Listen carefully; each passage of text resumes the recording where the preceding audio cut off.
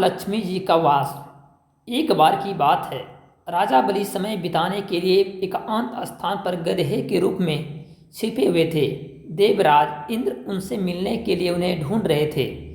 एक दिन इन्होंने उन्हें खोज निकला और उनके छिपाने के कारण जानकर उन्होंने काल का महत्व बताया। साथ ही उन्होंने तत्वज्ञान का बोध कराया। तभी राजा के बलि के शरीर से एक दिव्य रूपांत स्त्री निकली। उसे देखकर इंद्र ने पूछा, दैत्य राजा, यह स्त्री कौन है? देवी मानसी अथवा आसुरी शक्ति से कौन सी भक्ति है?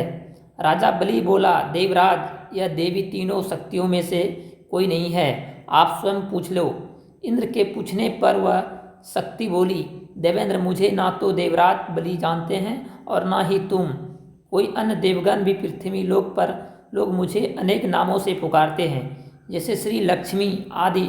इंद्र बोले, देवी, आप इतने समय से राजा बलि के पास हैं, लेकिन ऐसा क्यों कारण है कि आप इसे छोड़कर मेरी ओर आ रही है? लक्ष्मी बोली, देवेंद्र, मुझे मेरे स्थान से कोई भी हटा नहीं सकता है। मैं सभी के पास काल के अनुसार आते जाते रहता हूँ। जैसे काल का प्रभाव होता है, मैं उतने ही समय तक उसके पास रहती हूँ। अर्थात मैं स्वयं अनुसार को छोड़कर दूसरे के पास नहीं जाता हूँ। इंद्र बोले, देवी, आप असुरों के यहाँ निवास क्यों नहीं करती है? लक्ष्मी बोली, देवेंद्र, मेरा निवास वहीं होता है जहाँ सत्य और धर्म की अनुसार कार्य होते हैं, व्रत के और दान देने के कार्य होता है। लेकिन असुर भ्रष्ट हो रहे हैं। यह पहले इंद्रियों के वंश में कर सकते थे, सत्यवादी ब्राह्मणों की रक्षा करते हैं, पर अब इनके यहाँ गुण नष्ट होते जा रहे हैं। यह तप उपवास नहीं करते हैं, यह हवन दान आदि से इनका कोई संबंध शेष नहीं है।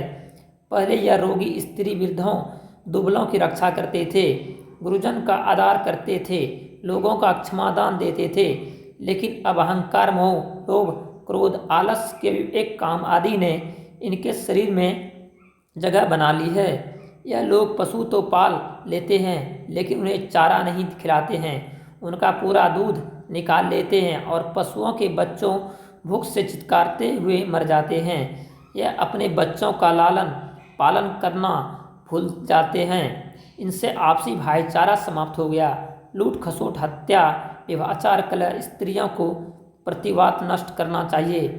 धर्म हो गया। सूर्योदय के बाद सोने के कारण स्नान ध्यान से ही विमुख होते जा रहे हैं। इसलिए मेरा मन इनसे उचट गया है।